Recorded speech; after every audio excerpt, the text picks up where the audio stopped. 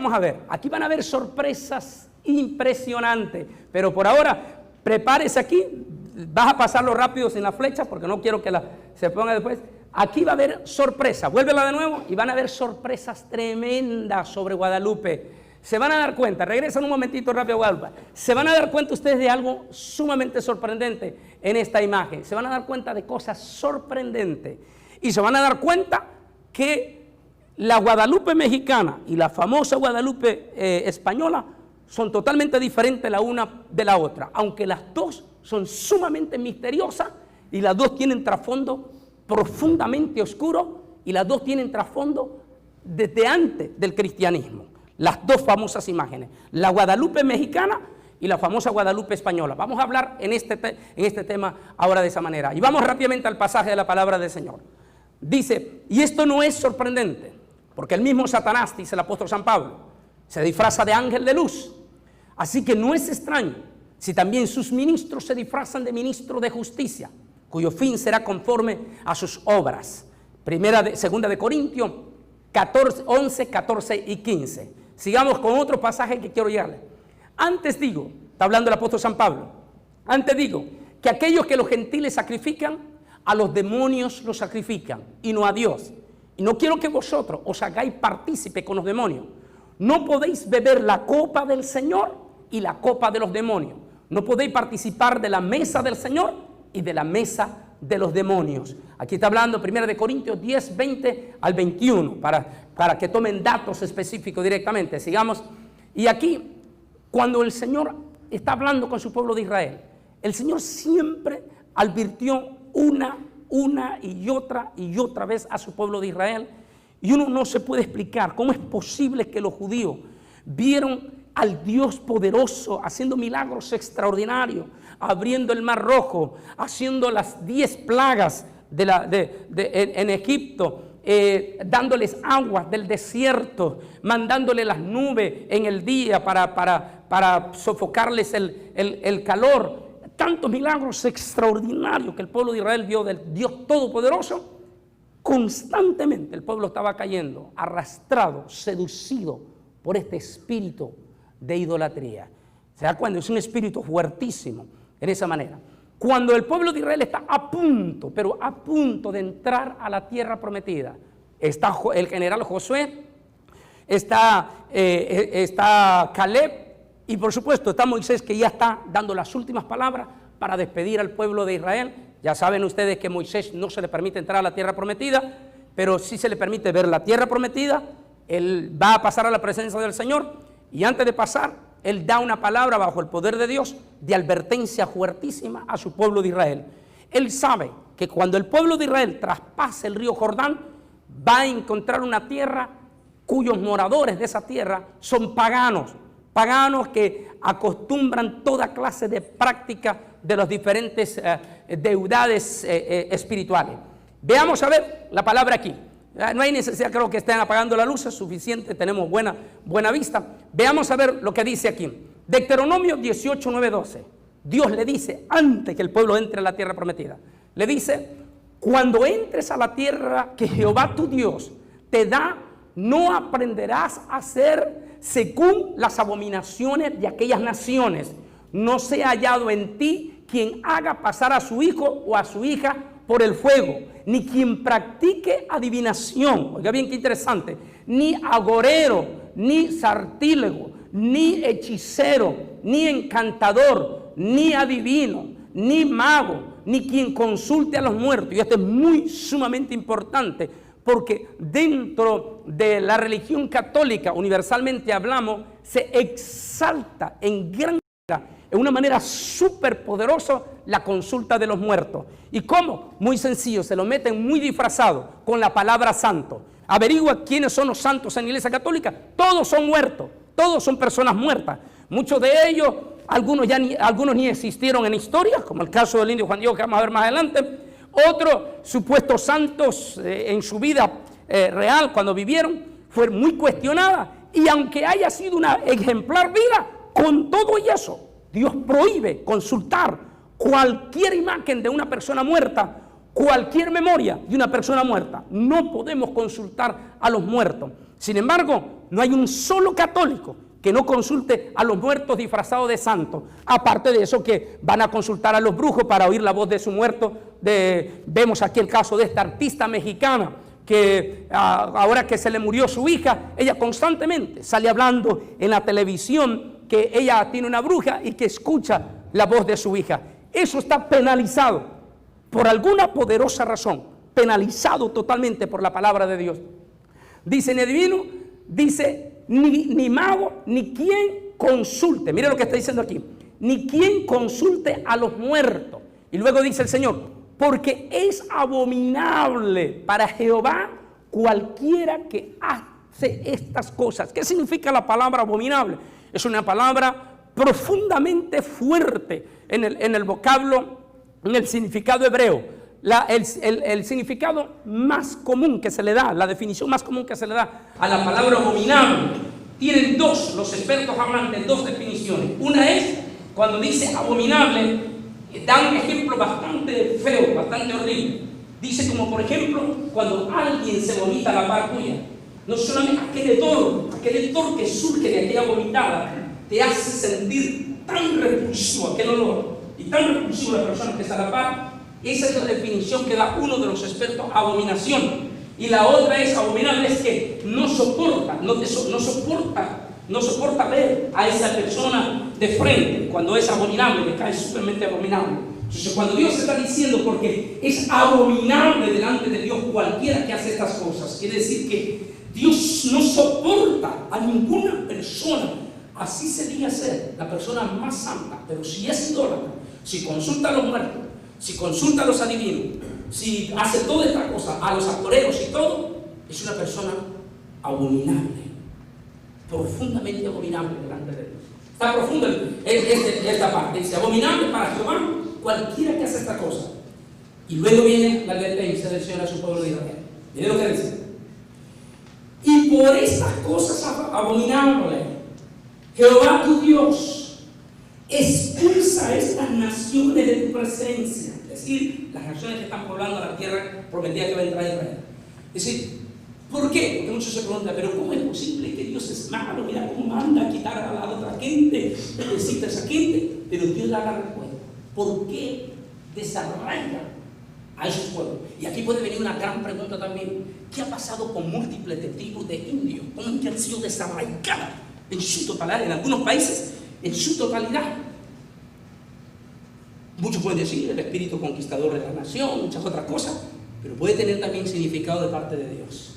Una de las formas de desarraigar, recordemos por ejemplo los aborígenes, los indios, eran extremadamente idólatras, pero profundamente idólatras. Entonces, el espíritu de idolatría es una suficiente evidencia para que Dios desarraigue completamente una nación, un pueblo, una familia. Entonces se dice, por estas causas, por estas cosas, y por estas cosas abominables, Jehová tu Dios expulsa estas naciones de tu presencia. Perfecto serás delante de Jehová tu Dios, porque estas naciones que vas a heredar, ¿qué es lo que dice? Hay una nación en voz alta, ¿qué dice aquí? A amoreos y a divinos, oye, pero a ti no te ha permitido esto Jehová. Jehová tu Dios. Y esto es muy intermedio también porque tiene que ver con nuestros evangelios. Una de las cosas que dije al comienzo del espíritu de la tía, que dije al comienzo, ¿verdad? Que muchos evangelios tienen 20 años y todavía vienen arrastrando esa atadura de la idolatría. Toda la idolatría involucra todas esas cosas que se vieron ahí. ¿Cuántos evangélicos les fascina cada adivinación? Claro, estos adivinos que están dentro de la iglesia evangélica no se presentan como adivinos, sino que se presentan como profetas.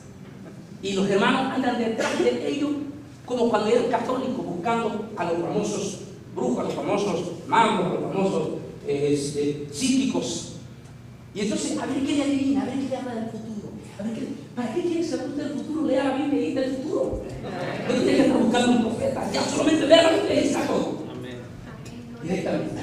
Y dice aquí, pero a ti, estos pueblos hacen eso, dice el Señor, pero a ti no te lo permite Dios. Pero va, sigamos con el siguiente mensaje. Levítico 26, vuelve a hablar el Señor a su pueblo de Israel.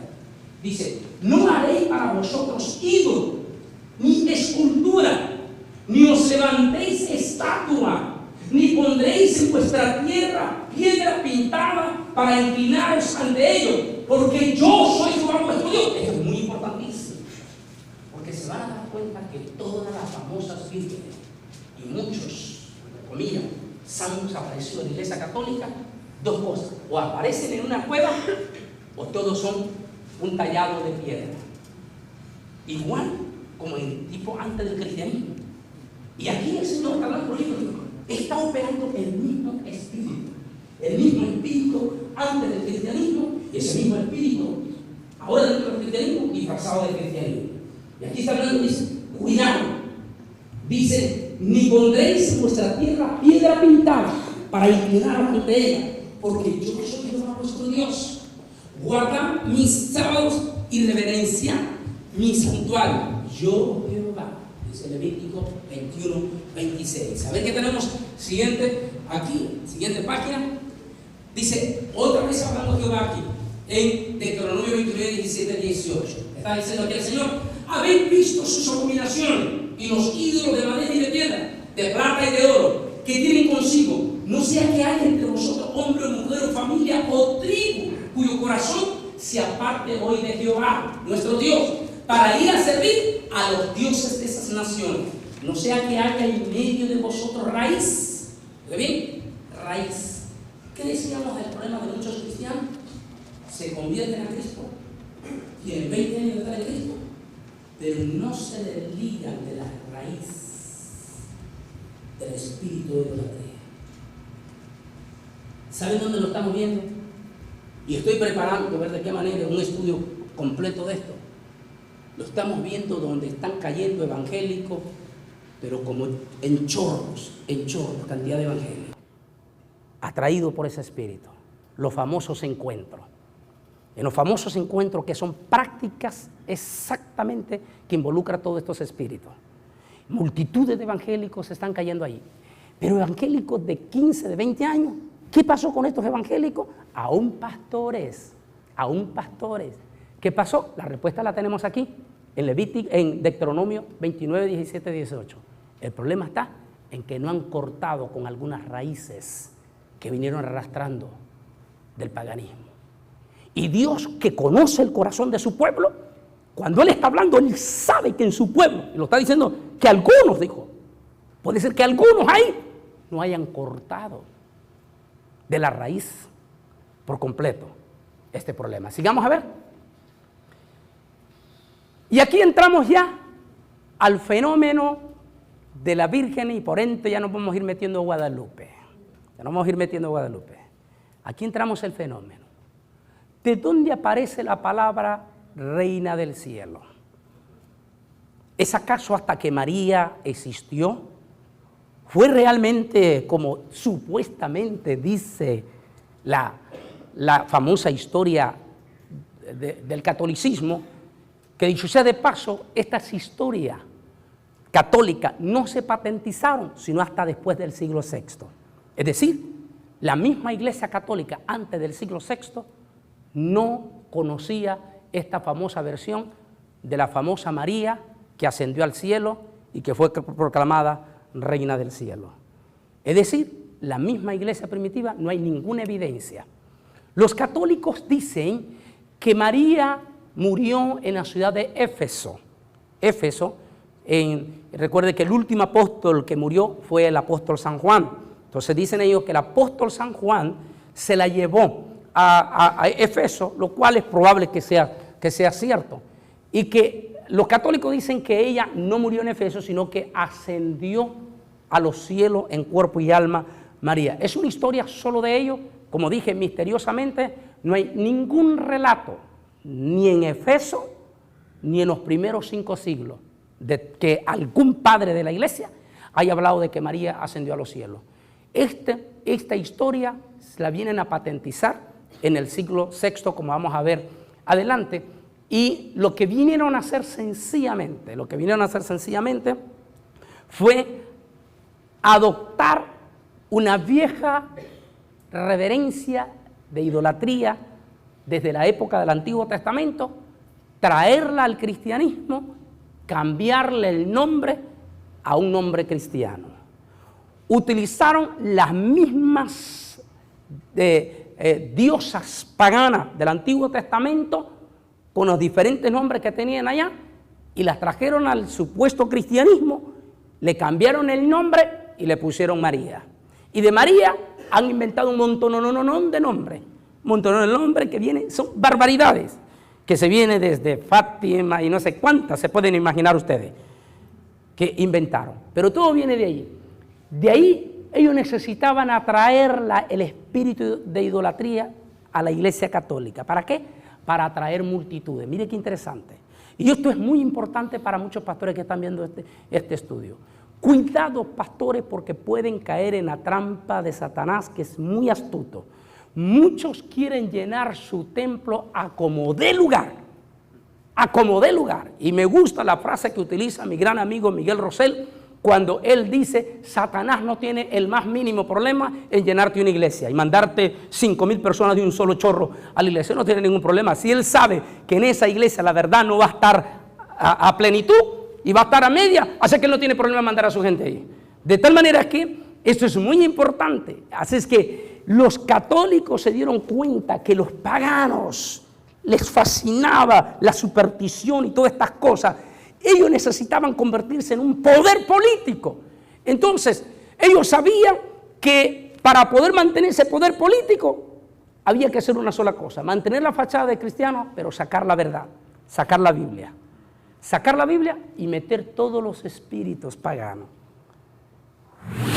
La Iglesia Católica se volvió un superimperio.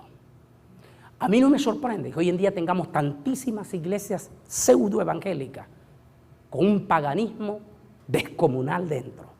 Y muchos asustados porque han crecido de la noche a la mañana. Pero la pregunta es: ¿cuánto de esa gente realmente está convertida? ¿O cuánta de esa gente ha venido por la atracción de los espíritus paganos? La Iglesia Católica se dio cuenta que los asiáticos de Asia Menor y todo Asia y los europeos eran profundamente idólatras, profundamente arraigados idólatras, y que habían 4 ídolos que los emborrachaban a ellos, que vamos a verlo más adelante. Los 4 eran 4 vírgenes, que vamos a verlo más adelante. Los emborrachaba a ellos. Estos europeos, estos asiáticos, se volvían locos por esas vírgenes. Y grandes personalidades, como Alejandro el Grande, dijo múltiples de veces que él era hijo de la diosa Isis, que Isis era su madre. O sea, cuando escuchaban personalidades como Alejandro el Grande hablar que era un gran idólatra de Isis, entonces ahí que el Vaticano, que descubre todo esto, dice: bueno, traigamos ese potencial dentro de nosotros y convirtamos a la Iglesia Católica con un tinte cristiano, pero en un superpoder político. Y ahí quitan una verdad y meten una mentira profunda en el corazón del pueblo católico romano. Veamos a ver de dónde viene la adoración de Reina de los Cielos. No es de Guadalupe, no es de María, no es de Fátima, no es de nadie de esto. Eso viene desde el Antiguo Testamento. Y Dios severamente advierte, profundamente advierte al pueblo de Israel a tener cuidado en caer en esa adoración. Si alguien me puede, de los que están aquí adelante y sabe leer bien en voz alta, me va a preparar Jeremías capítulo 7, versículo 18, y también el capítulo 44, versículo 17, más que todo el 17 y 18, y lo demás lo pueden leer porque va a estar bastante lejos. Y hay bastantes citas aquí. Dice: reino del cielo, objeto de culto solamente mencionado en Jeremías 7:18 y en el capítulo 44, 17 al 29. Aquí el profeta Jeremías advierte a su pueblo de Israel que está en Egipto, que ha sido seducido por este espíritu de esa famosa reina del cielo, y que se han sido seducidos de tal manera que ya también ellos estaban ofreciendo regalías, tórtolas de sacrificio a ese demonio conocido como la famosa reina del cielo. Dice Jeremías quien condena este acto de idolatría. La reina probablemente se refiere a Istar o Astarte. Póngale mucha atención, porque Guadalupe española es exactamente la misma Istar o la misma Astarte. La misma imagen, el mismo color y la misma piedra. Van a ver ahí. Deidad del amor, dice, y la fertilidad, que era adorada bajo varios nombres y considerada patrona de muchos pueblos babilonios, asirios y fenicios. La diosa era identificada con la luna, cuya adoración Moisés condenó. Esa luna es parte de la misma diosa, la influencia, ese mismo espíritu domina en su totalidad a los musulmanes, solo que se cambió de nombre de reina del cielo y se cambió el nombre a Alá. Pero si ustedes ven, todos los musulmanes adoran a la luna, la famosa luna. Es la misma diosa que adoraban en esa manera. Dice, bajo varios nombres y considerada patrona de muchos pueblos, bueno, fenicios, a la luna, cuya adoración Moisés condenó en Deuteronomio 4, 19 y 17 y 3. Los ritos del culto consistían en actos groseramente inmorales. Es evidente por la denuncia de Jeremías que los israelitas practicaban esta aberración religiosa en Judá antes de la cautividad y aún durante el destierro en Egipto. Las tortas mencionadas en los pasajes posiblemente fueron figurillas o imágenes adornadas ofrecidas con lidiaciones a los ritos de los dioses. Se va a dar cuenta que el catolicismo de hace, aquí en México, de hace unos 30, 50, 60 años, ofrecían también las famosas estatuillas, algunos hasta daban la escritura de sus fincas, de sus tierras, en donación a su famoso rito religioso. Son costumbres que vienen desde esa época. Veamos a ver qué encontramos más aquí. Dice Isis, aquí vienen las famosas diosas, todas son la misma cosa. Y todas vienen a dar a Fátima, a Guadalupe y a todas estas otras, Madonna Negra, Montserrat, todas ellas vienen a dar, las famosas vírgenes negras, las famosas deidades que adoraban. Isis de Egipto, Diana de Grecia y Roma, y de los efesios también, Artemis de los griegos, las Cibeles de los griegos y romanos, Istar o Astarte, todas ellas con diferentes historias muy parecidas, todas encontradas en una cueva donde se les erigió templo. Si usted estudia las historias de las famosas imágenes de México, del resto de América Latina, todas aparecen en misteriosas cuevas, en misteriosos cerros, todo relacionado con la misma historia antes del cristianismo también. El culto dice a esta reina del cielo era una incitación a la prostitución. Se decía entre los efesios que Diana permaneció virgen y por eso los paganos, los sacerdotes, hacían voto de castidad. O sea que el celibato de la Iglesia Católica no es otra cosa que una secuencia de los sacerdotes de la famosa Diana, Diana de los Efesios, a quien ellos le llamaban también reina del cielo. O sea que, mire qué interesante, pero dice los historiadores que esos sacerdotes, aunque hacían voto de castidad, tenían gravísimos, pero serios problemas, gravísimos problemas de inmoralidad sexual, entre los que se encontraban casos, porque en algunos casos que hacían castidad se castraban. Entonces, al castrarse se volvían homosexuales y otros eran empedernidos pederastas, es decir, que abusaban de múltiples de niños. Es decir, todo eso de la castidad que ellos ofrecían a Diana, a estos sacerdotes, era una pura farsa y una pura mentira, porque al fin estos sacerdotes caían en cosas abominables. Mire qué interesante, en pleno siglo XXI, el escándalo más grande que está enfrentando la Iglesia Católica, y lo digo en un tema que en el primer tema que tenemos, crisis en la Iglesia Católica, el escándalo más grande que está enfrentando los curas de la Iglesia Católica es el problema de los pederastas. Terrible, terrible problema tiene de los pederastas.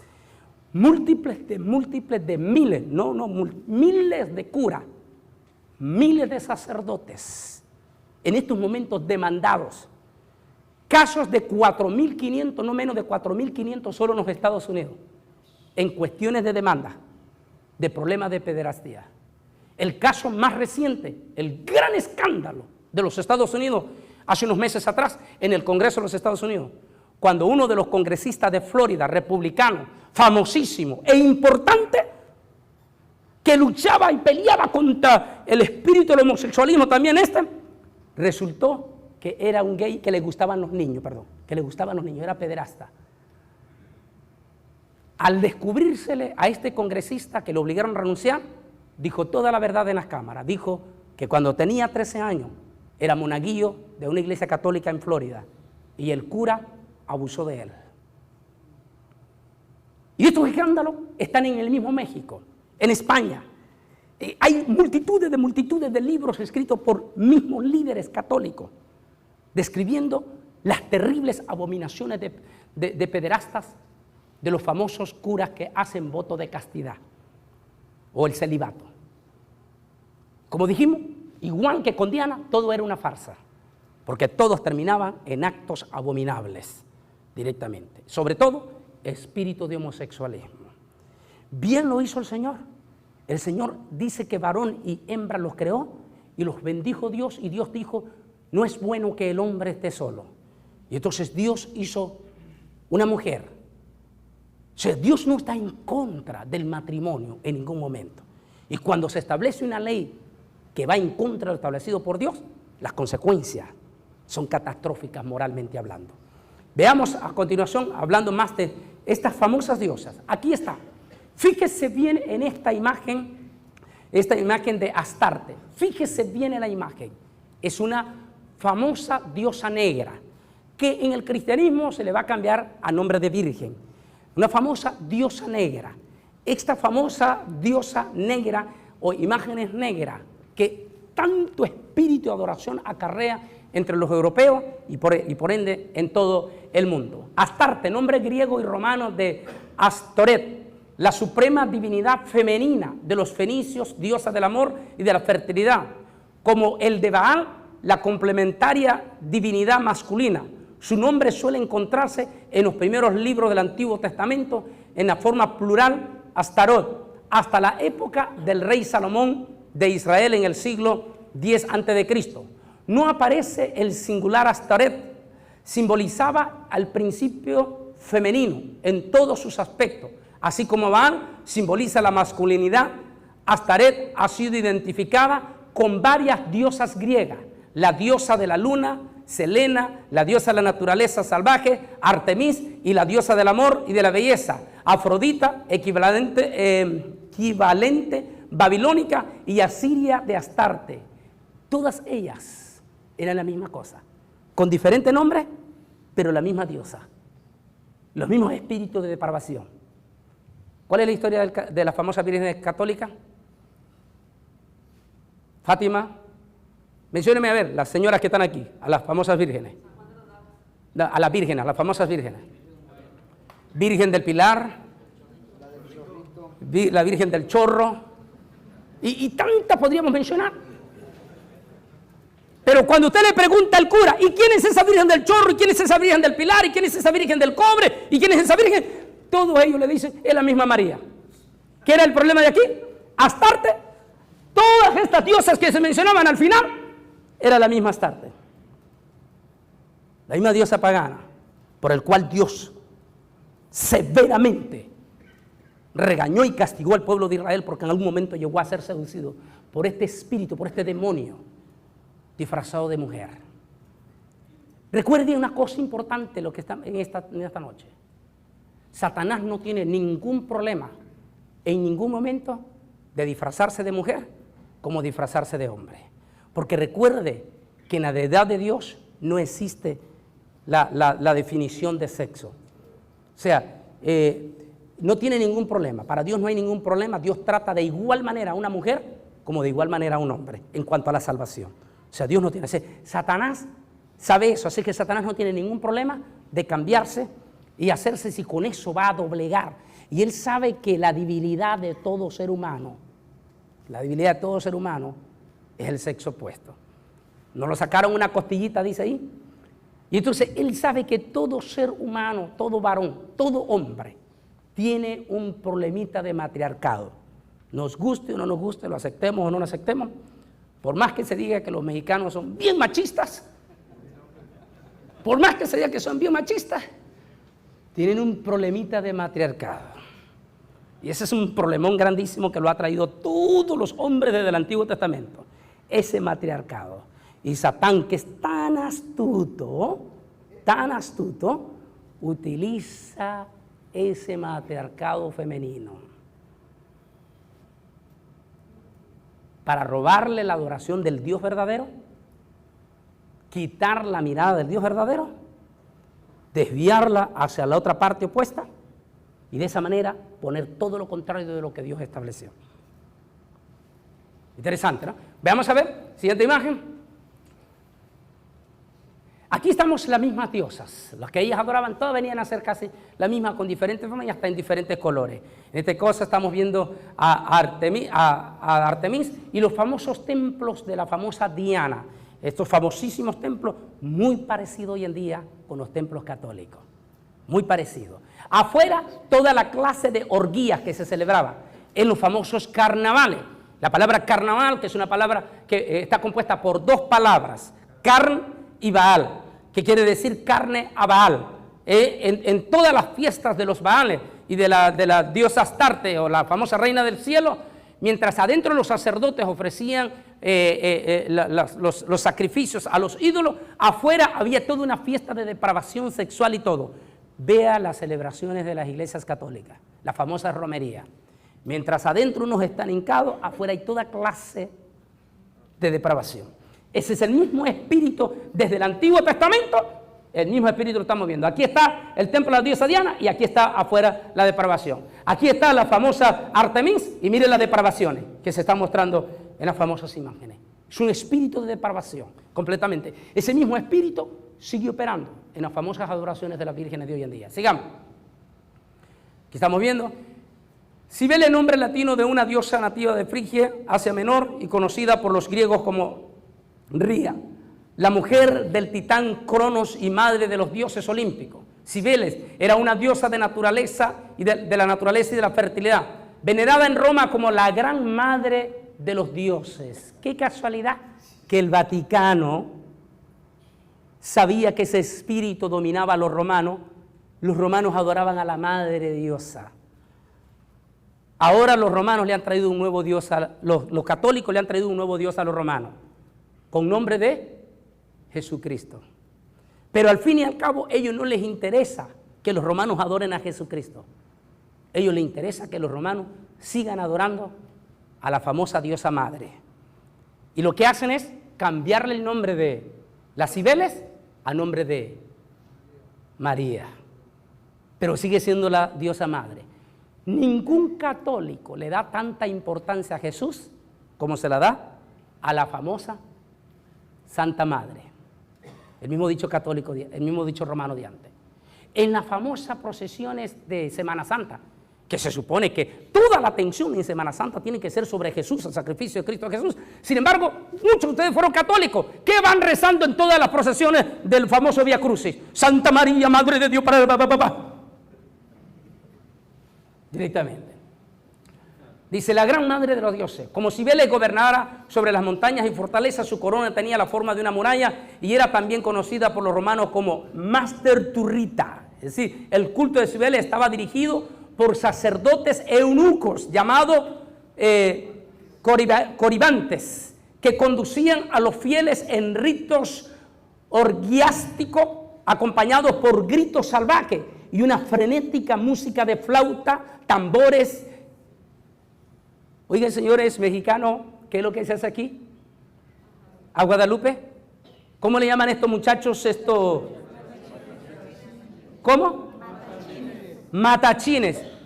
¿Con qué salen ellos? Con tamboras y flautas. La misma práctica abominable de la famosa diosa Cibele. ¿Qué dijo Dios al comienzo? Al pueblo de Israel, tengan cuidado de no practicar las mismas costumbres de esos pueblos paganos para que yo no los aborrezca también. Sigamos. Con 2 kilómetros cuadrados nada más el Vaticano, junto a la otra Roma. Ambas ciudades están rodeadas por 7 colinas. Pero Roma, Vaticana, se destaca por su religión católica, con una historia llena de horror, que van desde los escándalos papales bastardos, es decir, hijo, porque recuerda que fue hasta en el año 1000 y resto que prohíben que los papas se casen. Y lo tuvieron que hacer, que los papas se casaran, porque se convirtió en una abominación los papas de aquel entonces, que los papas, como este mismo espiritito, se está viendo hoy en día en muchas de nuestras iglesias evangélicas. La sucesión, no importando si Dios está de acuerdo o no está de acuerdo, y si ese muchacho tiene el llamamiento o no tiene el llamamiento. La sucesión, este es mi reino, esta es mi iglesia, y nadie me la puede tocar más que mi hijo que viene por allá. Y a veces ese hijo tal vez no tiene. No estoy en contra de que un pariente cercano, y sobre todo si fuera mi hijo, venga a ser el pastor que me suceda. Sería algún honor, y es algo lindo y es digno, y se vio en el Antiguo Testamento en el caso de Aarón y sus hijos. Pero siempre y cuando esos hijos tengan el llamamiento, estén convertidos y tengan la unción del ministerio.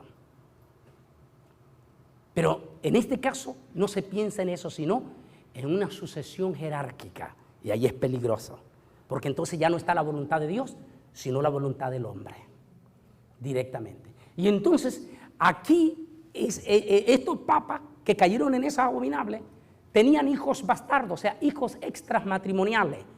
Y las mujeres de ellos, las mujeres extras que tenían, los manipulaban o los chantajeaban. Y le decían, si no dejas a mi hijo como tu sucesor, yo voy a hacer un escándalo y voy a decir que tienes hijo bastardo. Entonces el papa dejaba aquel hijo bastardo y se convertía en papa. Se hacían cosas abominables, espantosas. Hay múltiples de libros como La vida sexual de los papas, La cara oculta del Vaticano, tantas cosas terribles que se han escrito de mismos escritores periodistas católicos sobre esto, sobre las abominaciones que se cometen. Dice que van desde los escándalos papales bastardos que obligaron en el IV siglo a imponer el celibato, hasta los crímenes más horrendas de la historia, como fue la Santa Inquisición, la traición y las intrigas, siempre han estado presentes en esta Iglesia católica romana y apostólica. En el siglo VI, Gregorio el Grande adoptó el culto pagano de la diosa Samaris, cambiándole el nombre de Virgen María. Desde ese entonces, esta iglesia adoptó toda clase de paganismo y orgía que jamás otra iglesia cristiana en la historia lo ha hecho. Fue en el siglo VI, su nombre, el Papa Gregorio el Grande, quien introduce la adoración a María. Y ahí se termina de corromper completamente. Sigamos aquí. Las vírgenes negras y la piedra negra. En la Meca, el objeto religioso por causa del cual los musulmanes del mundo entero emprenden el famoso peregrinaje o culminación de su vida de creyente es una piedra negra que constituye un símbolo de fecundidad y de la fertilidad. Según Silence, el ídolo más antiguo de Ejas era una piedra negra, volcánica y meteórica, denominada la Kaaba, es decir, literalmente la muchacha de senos muy desarrollados, y en un sentido más amplio, la núbil, la virgen que será fecundada. Por eso la famosa virgen negra esa que aparece así, pero dice que era ella virgen y que fue fecundada por un Dios directamente. O sea, ellos utilizan, todos los católicos traen eso, calza bien con la parte del cristianismo y meten el Dios pagano, directamente alterando todo el sentimiento bíblico. Por eso los católicos defienden a capa y espada. A capa y espada los católicos defienden de que María permaneció virgen. Lo defienden a capa y espada de que María permaneció virgen, porque ellos necesitan mantener esa idea en la mente del católico de que María permaneció virgen para poder introducir ese espíritu mitológico de esos dioses paganos en el corazón de la persona y dominarlo filosóficamente y espiritualmente. ¿Entiende entonces?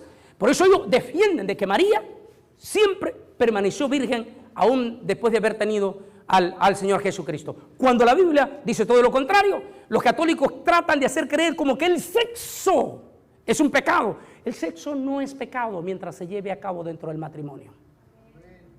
Es una ley permisiva de Dios. Y es más, la Biblia dice que herencia de Jehová, es decir, que una mujer tenga hijos no es abominación.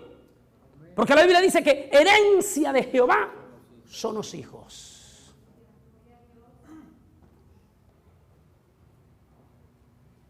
Tenemos pasajes contundentes en la Biblia, en San Mateo, San Marcos, San Lucas, donde prueban evidentemente, abiertamente, que María tuvo mucho más hijos. De hecho, tenemos algunos destacados líderes en la iglesia del libro de los Hechos, hermanos de Jesús, como Santiago, o sea, Jacobo, como Judas, en la carta de Judas, hermano del Señor. O sea, líderes destacados en la iglesia que eran hermanos del Señor, hermanos en la carne. A mí no me vengan con el cuento de que eran hijos solamente medio hermanos de Jesús, porque en el pueblo judío no existe el medio hermano. Se que eran hermanos en la carne, hijos de María, hijos de José.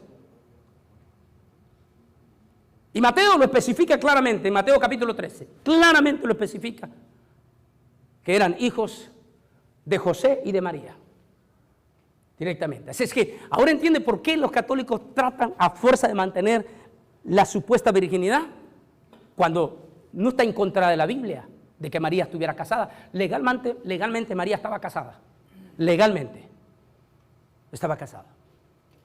No fue ningún pecado de que María tuviera más hijos. Bíblicamente no fue. Porque si el tener más hijos es un pecado, entonces, Dios mío, se equivocó Dios cuando hizo hombre y mujer. ¿Entiende? Sigamos rápidamente aquí. Y aquí viene la famosa Virgen Negra, que viene exactamente a la misma estatua. Aquí ve esta famosa Virgen Negra. El misterio de la Virgen es negra. Por otro lado, son horribles, son vírgenes horriblemente espantosas, feísimas, completamente. Lo que demuestra el trasfondo completamente satánico de todo esto. Y como decía al comienzo, en todo un niño siempre presentan, supuestamente dan a entender que este niño es Jesús, pero ese niño nunca pasó de ser niño. Y siempre la madre, el matriarcado ahí, la madre defendiendo al niño Jesús, cuando se supone que Jesús es Dios. Un día se les perdió Jesús en el templo. Y fueron desesperados por 3 días buscando a Jesús. Fueron María y José y fueron. ¿Y qué les dijo Jesús? ¿Por qué me buscáis? Como diciéndoles, ¿se les ha olvidado a ustedes lo que el ángel le dijo? ¿Se les olvidó que el ángel le dijo que yo soy Dios? Si no tienen por qué andarme cuidando a mí. ¿No saben ustedes que en los negocios de mi Padre es donde me conviene estar? ¿Por qué me buscáis? Pero la imagen de ellos siempre es la misma, la mismísima. Mírenla aquí y mire esta imagen, bien feísima, horrible. Sigamos. Guadalupe, una virgen negra, territorial. Hay 2 tipos de leyenda, me dijo Beatriz Ortega, historiadora. La que tienen una leyenda y la que tienen un dogma. Todas las vírgenes que tienen una leyenda son demonios territoriales y reclaman ser reina sobre una región, continente o nación. Estos demonios reclamaron total adoración hacia ellos. Dios y Jesús no es importante ante sus adoradores. Es decir, hay vírgenes que tienen una leyenda y otras que son un dogma completo. Las que tienen una leyenda, como Guadalupe, Fátima, Madonna, Montserrat, si usted se fija, son vírgenes que tienen poder territorial, continental o de una nación. Es decir, se tratan de demonios territoriales. A continuación, vamos a ver aquí y nos vamos a preparar con el pastor Willy una carta, rápidamente aquí. Vamos a ver la siguiente página que tenemos. Aquí está la famosa Guadalupe de España, la Guadalupe famosa antes que vinieran los mexicanos aquí. Esta Guadalupe, que fue encontrada y que la historia dice que un pastor de vacas se encontró con ella, que la vaca se murió y que cuando él la iba a rajar para sacarle la sangre y preparar la carne, la vaca revivió. Y que de allí se le apareció la voz, la famosa Virgen de Guadalupe, y aquí la famosa Virgen de Guadalupe tallada completamente en este color negro de piedra. Esta Guadalupe es la que traen los conquistadores a México.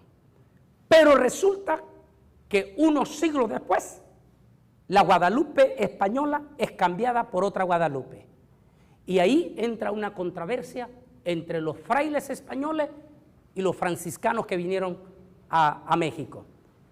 A continuación, vamos a leer una carta que es una carta hecha por los mismos curas, periodistas y curas, que vamos a ver al final su nombre de él, y que pertenece a la fraternidad de la evangelización, de la nueva evangelización de la Iglesia Católica de España. Son dos curas refutándose el uno con el otro. El uno defendiendo el derecho de la Virgen de Guadalupe y el otro diciendo que Guadalupe es parte de una farsa y que no corresponde con la misma Guadalupe de España. Al fin y al cabo, las dos Guadalupe son parte de la mitología. Pero veamos a ver la historia y aquí se van a dar cuenta los mexicanos que les han venido metiendo gato por liebre. Lo vamos a leer por palabra del mismo cura. A continuación la carta. Vamos a ver y la vamos a tener aquí con copia. El pastor Willy Pérez va a dar lectura de esta declaración. La trilogía América, Extremadura y Guadalupe. Traduzco literalmente el comentario que el padre Sebastián García, de la Orden Franciscana Monástica y autor del libro Guadalupe de Extremadura en América. Quiero aclarar, Guadalupe de Extremadura, así se le llama la famosa Guadalupe de España, que es de ese pueblo, de esa región que se llama Extremadura. Siga. Es vergonzoso e imperdonable ignorancia histórica que bajo la voz de Guadalupe no se haga referencia alguna a la principal y originaria, Nuestra Señora de Guadalupe de Extremadura, España, y solamente trate de Nuestra Señora de Guadalupe de México, sin mención alguna de Nuestra Señora de Guadalupe de Extremadura. Lástima que con este error y omisión tan injusto, lamentable, haya sido publicado el nuevo diccionario de Mariología, ignorancia en el autor en la voz del padre Valeriano y en el equipo español de Ediciones Paulinas. Lo que anteriormente queda expuesto es la negativa del padre Sebastián García a las razones históricas fundamentadas en los anales, documentos y legajos que como prueba indubitable se ha quedado plasmada para conocimiento de todo aquel que quiera saber cómo fue y cómo aconteció. No se miden sus palabras al dirigirse a su correligionario de fe, padre Valerio Maganán, llamándole ignorante e ignorancia histórica. Estamos acostumbrados a ver y a ser testigos de tanta desunión y demostración en lo concerniente a este tema tan escabroso. Razón hay de ello, ya que la historia así lo documenta desde el comienzo, y en lo concerniente a la supuesta aparición de la Virgen de Guadalupe de Tepeyac. Oiga, lo que está diciendo él ahí, hacemos un paréntesis, que pastor Willy, mire qué interesante. El mismo cura está diciendo, y a la supuesta aparición de la Virgen de Tepeyac.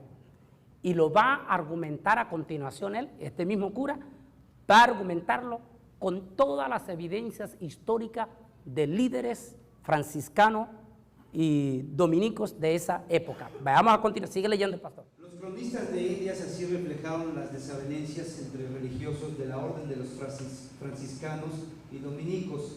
Posiblemente sea la única referencia histórica, y vuelvo a repetir, en más de un siglo y medio de silencio, donde el segundo obispo de México, Alonso de Montúfar, en un sermón llevado a cabo el día 6 de septiembre de 1556, hizo mención de la devoción guadalupana. Sin embargo, a los 2 días de aquella predica, el provincial de los franciscanos, padre Francisco de Bustamante, explicó en un sermón en el que atacó al culto de la Guadalupe con gran virulencia, representando al parecer la opinión general de los franciscanos. Estos mismos más bien atacaron con fuerza en un principio una devoción que por su principio era falsa, pues Bustamante, incluyendo en su prédica el artífice y creador de aquella pintura... Miren lo que está diciendo aquí. ¿Está poniendo atención a lo que está diciendo aquí? Está diciendo aquí, él está aclarando por las evidencias de los líderes de la Iglesia Católica de aquel entonces, está diciendo de la farsa y menciona al famoso pintor, el famoso pintor que hizo la pintura del famoso manto de Guadalupe. Indiscutiblemente, el pintor que menciona él con nombre, aquí está, ¿verdad? Cipas Bernal Díaz del Castillo, un tipo eminente en pintura. En aquel entonces, Recuerde que se manejaba la pintura en trilogía, lo que conocemos como tridimensión. El caso de Da Vinci, el caso de Miguel Ángel, que hacían las famosas pinturas tridimensionales, de tal manera que en alguna manera, poniéndole bien los ojos bien abiertos, a simple vista no se miraba nada, pero abriendo bien los ojos se podía ver misterio detrás de la imagen. Como lo van a ver en Guadalupe, el pintor es un tipo que hizo una imagen de Guadalupe, una pintura de Guadalupe tridimensional, para provocar en asombro a los indios y caer a la misma idolatría. Sigue leyendo el documento. Estos mismos más bien atacaron con fuerza en un principio una devoción que por su principio era falsa, pues Bustamante incluyó en su prédica el artífice y creador de aquella pintura, refiriéndose al indio Marcos Zipac. Bernal Díaz del Castillo, cronista, así lo refleja. Aquella situación, decía, era muy peligrosa, pues con ella se echaba por tierra el incesante trabajo de los misioneros para que los indios, venerando excesivamente las imágenes, no recayeran en una disfrazada idolatría, tanto más probable en este caso, ya que como la documenta la historia, el Tepeyac era un antiguo e importante adoratorio de Tonantzin. Mire qué interesante. Mire qué interesante. Tepeyac era el centro de adoración de una diosa que sorprendentemente la pintura de Guadalupe va a tener el mismo secreto de la diosa. ¿A dónde la tenemos? ¿Cómo se llama aquí? La diosa Tonantzin. Tonantzin. Va a tener la misma. Le voy a dar ya un poquito de adelanto. La diosa Tonantzin era una serpiente que se podía ver como mujer, pero que al mismo tiempo era una serpiente. Recuerde que aparte del dios sol que adoraban los aztecas y los mayas, estaba la serpiente como uno de sus principales ídolos. ¿A quién representa la serpiente? Satanás, el diablo. Veamos, siga leyendo el documento, importantísimo lo que está diciendo él ahí. Quiere decir que el templo de Tepeyac está construido en el mismo lugar donde los indios aztecas adoraban a esa famosa divinidad femenina. Cuerpo serpiente, cuerpo mujer. Se van a sorprender lo que hay detrás de Guadalupe en esto. Vamos a ver, sígalo. Los clérigos y hombres de letras reconocidos y recordados como defensores de indios ante los conquistadores durante esa época, como Pedro de Gante, Toribio de Benavente, Fray Andrés de Olmos, Vasco de Quiroga, Bartolomé de las Casas y otros muchos, no dejaron testimonio en ninguno de sus textos sobre el hecho. ¿De qué está hablando? Para ahí un momento ahí. ¿De qué está hablando él? Que ninguno de estos renombrados famosos frailes en la historia mexicana, en su época, ninguno de ellos hablaron del famoso indio y de la famosa aparición del manto de la Guadalupe y de la famosa imagen que se le apareció al indio. Ninguno de ellos, es lo que él está diciendo, está destacando que cómo es posible que ellos tratan de hacer un paladín al indio Juan Diego, cuando los verdaderos hombres de aquella época donde supuestamente surgió la historia, qué extraño que ninguno de estos, ni el famoso Fray Bartolomé de las Casas, que es muy famoso en México, ninguno de ellos escribió ni ninguna nota de ninguna aparición de un indio y de la famosa Virgen de Guadalupe. Siga. Investigadores como Javier Nogués, autor de documentos guadalupanos, y Ángel Camilo, el guadalupismo, concluyen que el creador de la leyenda guadalupana fue el segundo arzobispo de México, Alonso de Montúfar, creador del anzuelo para poder afiliar a toda la grey indígena a su causa vía Juan Diego. ¿A quién se le está diciendo que fue el creador del mito? Aquí está diciendo el nombre directamente él, documentado, está citando los escritores, investigadores, documentando quién obispo fue el que inventó la famosa historia para atraer a los indios. Y sabe que este cura era jesuita. Estos jesuitas son malvados, estos tipos, malvados. Ellos necesitaban hacer caer a los indios y utilizaron una leyenda que iba a calzar con los indios. Sigamos. El historiador Gutiérrez de Zamora advierte que una prueba de los sucesos nebulosos de Juan Diego se hallan en las crónicas del cosmógrafo de Indias, Juan Bautista Muñoz, quien desconocía el hecho guadalupano.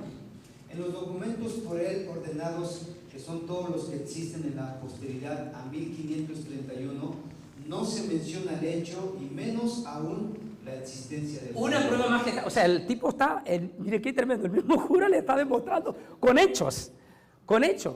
El historiador más famoso de esa época y que son documentos que se guardan ahorita en España, no menciona a ningún Juan Indio, a ningún Juan Diego, Indio Juan Diego. Siga. El investigador, con datos ordenados y archivados por él mismo en el Archivo General de Indias en Sevilla, considera que el documento más fiable sobre la existencia de Juan Diego es el apartado por el padre Mariano Cuevas, quien refiere la existencia de un códice de mediados del siglo XVI, donde se considera que la vida de Juan Diego nunca se cruzó con Fray Juan de Zumárraga, mucho menos en 1531. Sigue. Más claro no puede seguir hablando él ahí. Hechos históricos. Pero ¿qué decíamos al comienzo? El problema es que estas historias las escuchan abogados, millonarios, presidente Fox, la esposa del presidente Fox, Felipe Calderón. Conocen estas historias, pero no puede caérsele la máscara, porque están poseídos por un espíritu de filosofía, de fuerzas espirituales de las tinieblas. Y solo la palabra de Dios, la Biblia, es la única que los puede libertar. Así que por más que la oigan, y por eso estamos haciendo este estudio bajo el poder de la palabra, por eso comenzamos con la palabra, con la oración. Sigamos. Cuentan y se ha hecho público que el padre Lauro López Beltrán, entusiasta guadalupano, insistía en buscar la canonización del vidente. El arzobispo le respondía: primero encuéntrame los restos de Juan Diego y después hablamos. Eso de la canonización vino desde siglos, luchando y luchando que lo canonizaron, pero aquí pura decir que le decía este otro país: encontremos el cuerpo y después hablamos. Sigue leyendo. Sí, la tumba fue buscada sin éxito en diferentes sitios y en diferentes siglos. El último fue realizado por el Etzabad Guillermo Schulenberg, quien en 1969 solicita al Instituto Nacional de Antropología e Historia que un grupo de especialistas realizara una excavación en la antigua capilla donde se creía que fueron enterrados Juan Diego y su tío Bernardino. Conocido es que especialmente Guillermo Schulenberg y el arcipreste de la Basílica, Carlos Warhorst, se opusieron a la beatificación, negando su historicidad. Para ellos, Guadalupe y Juan Diego pertenecían al ámbito de la catequesis simbólica y planteaban que ir más allá de tal simbolismo no sería más que una quimera histórica. ¿Qué está diciendo aquí? ¿Y quién es Schulenberg? Fue el abad por 11 años en la Basílica de Guadalupe. Cardenal por 11 años en la Basílica de Guadalupe, que en 1969 pidió al Instituto Arqueológico de México que llevaran a cabo excavaciones en la antigua iglesia del Tepeyat para buscar la tumba del indio Juan Diego. Al final no se encuentra nada y Schulenberg lanza la carne al asador, denunciando ante Juan Pablo II que por favor, recordemos lo que él dijo en una entrevista, le dijo a Juan Pablo II: por favor, no canonice al indio Juan Diego, porque el indio Juan Diego nunca existió. Siga leyendo. Planteaba que ir más allá de tal simbolismo no sería más que una quimera histórica. Además dijeron que la canonización de un símbolo sería de un símbolo y no de una persona. La canonización, advertían, comprometía gravemente el magisterio del Papa. Esto acompañado de las escandalosas revelaciones de Schulenberg a la revista italiana Istus y difundidas por el diario italiano 30 Giorni, que han dado la vuelta al mundo. Un testimonio más de querer hacer realidad la fantasía o la poética, como así se expresaba Sor Juana Inés de la Cruz en sus escasas referencias ante el mito guadalupano. ¿Qué está diciendo el historiador aquí y cura católico? Guadalupe del indio Juan Diego es una farsa, es una mentira. Los mexicanos que no tienen a Cristo, incluyendo el señor presidente Vicente Fox, han estado y seguirán hasta que no conozcan a Cristo, creyendo una mentira y adorando una deidad que supuestamente es María, pero que no es otra que el mismo Satanás disfrazado como ángel de luz. Vamos todavía sigue hablando más, solo pásela nada más la página. Aquí estamos presentando, aquí está el D.E. Juan Francisco Aguirre Pérez. Aquí está Badajo, Extremadura, mayo 2002, todo el documento donde está. Y aquí ponemos un extracto de la carta de Schulenberg, que luego va a salir en este estudio, en esta manera, todo el extracto. Y aquí estamos dando definitivamente lo que se está hablando. Y ahora vamos rápidamente a Guadalupe, a Balaguer Jiménez, volvamos al PowerPoint y vamos a ver qué tremendo engaño se le ha llevado. Yo creo que en buen momento, en este momento que ya dentro de pocos días entramos a diciembre y los mexicanos y casi toda América Latina entran a una famosa celebración mariana. Vamos a ver, aquí está ya, vamos a entrar al famoso misterio de Guadalupe. Si te puedes recordar, si la puedes poner, te puedes recordar la Guadalupe española y después venimos a esta otra, a ver si la puedes encontrar ahí. La Guadalupe española y esta Guadalupe, y se van a dar cuenta que las dos son totalmente diferentes la una de la otra, pero se van a dar cuenta de la famosa diosa que adoraban los indios. Esta es la Guadalupe de Extremadura, España. Nada que ver con la otra de aquí, ¿verdad? Esta es. Sin embargo, esta otra es exactamente la misma imagen de la famosa diosa Astarte. Es decir, es el mismo diablo con diferentes figuras. Veamos ahora a la Guadalupe mexicana. Aquí está la Guadalupe mexicana. Quiero aclarar, este ídolo de Guadalupe tiene que ser un demonio altamente territorial y de un potencial jerárquico descomunal como para que Juan Pablo II, el papa más famoso del último siglo, Juan Pablo II pidió morir abrazado a esta imagen. ¿Saben ustedes? Juan Pablo II sabía 100%, sabía quién era Guadalupe. Y sabía el misterio que hay en esta trilogía que vamos a ver, en tercera dimensión. Es impresionante. Fíjense que solo a simple vista, sin seguir articulando aquí, todo el mexicano, esta es la imagen, la pintura original del indio Juan Diego. La imagen que estamos viendo es la original del indio Juan Diego, del Vaticano, y la logramos bajar directamente en la página web del Vaticano. Entonces, esta es la original, esta es la misma que ve, inclusive la misma estatua que hicieron aquí en Tepeyac, del indio, del manto del indio, es exactamente esta misma. A ver, si recuerdan lo que estaba diciendo, en la famosa diosa, ¿cómo era que se llamaba? Tonantzin. ¿Qué era la imagen de Tonantzin? A ver si se recuerdan lo que le dije. ¿Qué era? Una serpiente que tomaba forma de mujer. Abran bien los ojos y miren Guadalupe. Abran bien los ojos y miren Guadalupe. No vamos a poner la fecha todavía. Solo abran los ojos y miren Guadalupe. Mírenla bien. Se va a dar cuenta que esta es una pintura tridimensional y que el mexicano a simple vista nunca se da cuenta qué es lo que está adorando. Nunca se da cuenta qué es lo que está adorando. Porque dice un dicho, que lo que el turista no ve, el científico lo ve. Porque dice que el turista siempre anda con la boca abierta, creyendo que está viendo y no está viendo. Y el científico anda viendo lo que el turista anda viendo. Él anda viendo los detalles. Y ahí es cuando él descubre el científico. Entonces, el mexicano a simple vista no puede ver lo que hay detrás de esta imagen. Tiene que ser un demonio territorial muy fuerte, como para que Juan Pablo II la declarara de potestad sobre todo el territorio americano. Es decir, le entregó todo un continente.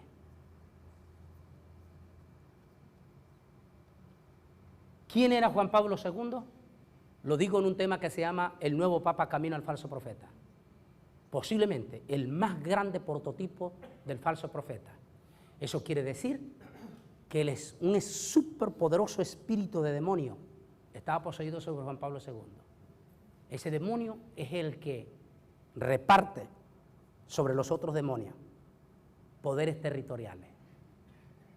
Así es que Guadalupe tiene que ser un demonio muy cercano a Satanás el diablo, como para que Satán le haya entregado todo un territorio.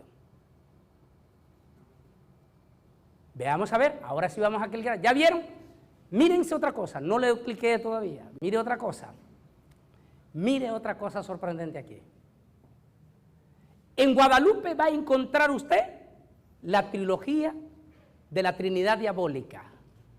En la Trinidad de Apocalipsis 13, donde se habla de la Trinidad Diabólica, aparece la serpiente, que es el dragón, aparece la bestia, que es el antihijo, y aparece el sacerdote, o sea, la bestia, falso profeta, el de los dos cuernos, el falso profeta. Mírenle aquí, vamos a ir por todo punto. Aquí sí vamos a clicarle, aquí está. Primeramente va la serpiente que reina sobre todos los principados de demonios. Estos son demonios, principados de demonios. La serpiente representa al antipadre. Luego aparece el famoso niño. Ese niño que, por cierto, es bien feo. Y que solo nos recuerda la película de Mel Gibson en La Pasión. ¿Recuerdan en la película La Pasión de Mel Gibson cuando Satanás el diablo lleva a aquel niño? A ver, ¿cuánto la vieron? No tengan miedo que el pastor no lo va a poner en disciplina. ¿Ah? ¿Recuerdan cuando Satanás el diablo lleva a aquel niño y cuando el supuesto niño en La Pasión se voltea y ve la imagen horripilante, feísima de ese niño? Esa misma imagen es la que encontramos en la Montserrat, encontramos en la Madonna Negra, encontramos en Fátima, encontramos en todas las demás vírgenes. Ese niño bien feo, en la Virgen de Atocha, ese niño bien feo. El Santo Niño de Atocha, horrible, espantoso, que da hasta escalofrío verlo. ¿Por qué? Porque representa al anticristo, el demonio predilecto de Satanás el diablo. Aquí en Guadalupe, aquí está representado, mírenlo, aquí está representado. Y arribita, exactamente la Trinidad Diabólica aquí y todos hacia el infierno. Mire que la imagen misma lo lleva hacia el infierno. Y se va a sorprender lo que significa Guadalupe, porque efectivamente la misma imagen lleva al infierno. Ahora, mire, aquí está la serpiente, aquí está el hijo, la serpiente el antipadre, el hijo el anticristo. ¿Y qué representa? ¿Qué son estos? Dos cuernos. ¿A quién representan los cuernos en Apocalipsis 13:11 en adelante? Al falso profeta, la bestia del falso profeta. Aquí está la Trinidad Diabólica. Ahora sí, ¿ya vieron la otra parte que hay en la imagen de Guadalupe? ¿Ya vieron? 5 segundos, miren a ver, ¿qué descubren más aparte de esto que estamos viendo, aparte de esta cosita aquí, a ver qué se aparece la flecha aquí, apuntando, aparte de esa imagen de ese que supuestamente es un niño, pero cuando le mira la cara, quédale viendo bien porque es tridimensional, se va a notar que es un demonio, bien feo también, o sea, son diablillos, cuando se queda viendo bien fijamente esas imágenes, se da cuenta que son tridimensionales, y se trata de diablillos. Eso significa que es un demonio que tiene a sus órdenes multitud de demonios pequeños alrededor de ella.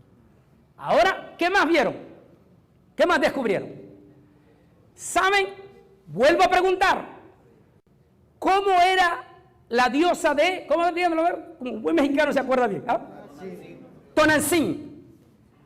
¿Cómo era la imagen? Era una serpiente. ¿Con qué dije?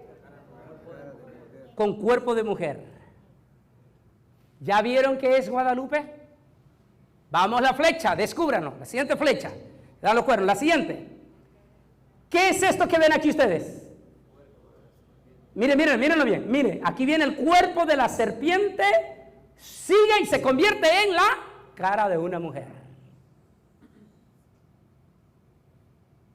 Los mexicanos intelectuales, el señor presidente Felipe el ya casi expresidente Vicente Fox, los grandes maestros de la Universidad de la UNAM, los grandes ingenieros, los grandes intelectuales, están adorando a una serpiente con cuerpo de mujer.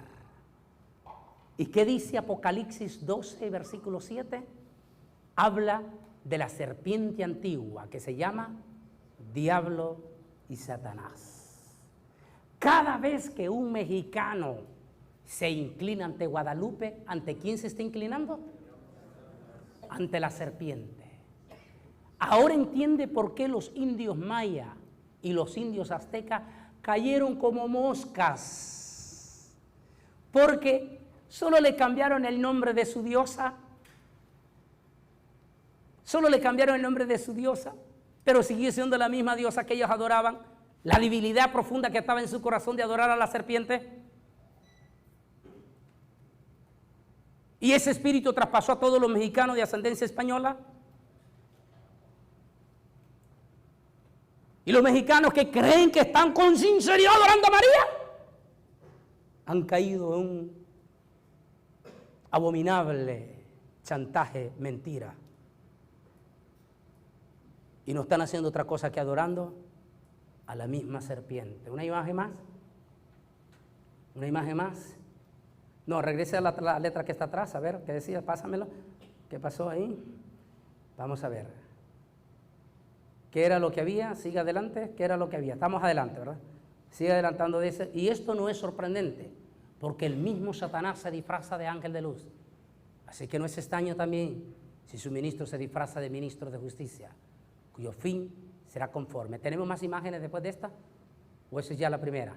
Porque creo que aquí tengo la definición de Guadalupe. A ver, sígamelo. ¿Será que no me lo copió todo completamente? Porque al final también quiero poner la bibliografía consultada, para que vean que esto fue un estudio de investigación, de responsabilidad, como la carta que leímos. A ver, ¿qué sigue? A ver, nos detuvimos aquí.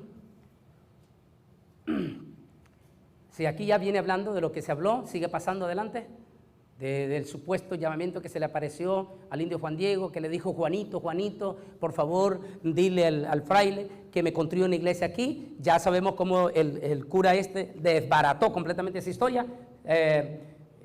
Una más atrás, te fuiste adelante completamente. A ver, una más atrás, dice: esto es bueno y agradable delante de Dios. Hay una parte, algo se me está yendo allí. Vamos a ver. A continuación doy a conocer el significado de la palabra Guadalupe. Apunte, porque es una palabra que se encuentra en el diccionario, no directamente junta, sino que está separada la una con la otra.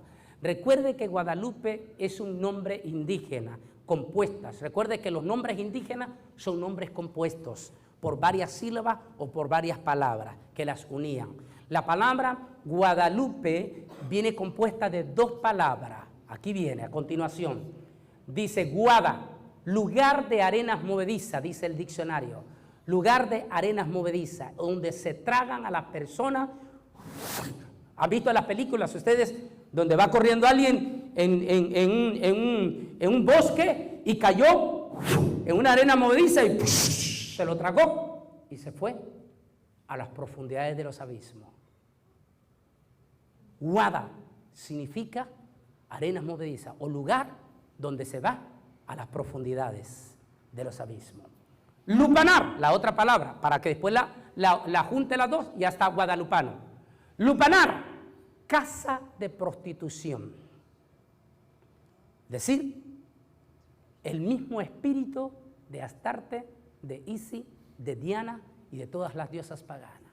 Al final, los adoradores de ellos se van en las arenas movedizas, en el embudo que los lleva al abismo, y el espíritu que se desata en la idolatría son espíritus de superstición, depravación sexual, depravaciones abominables.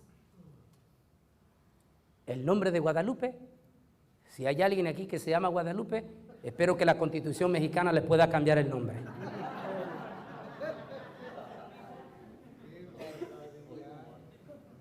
Porque el significado está horrible.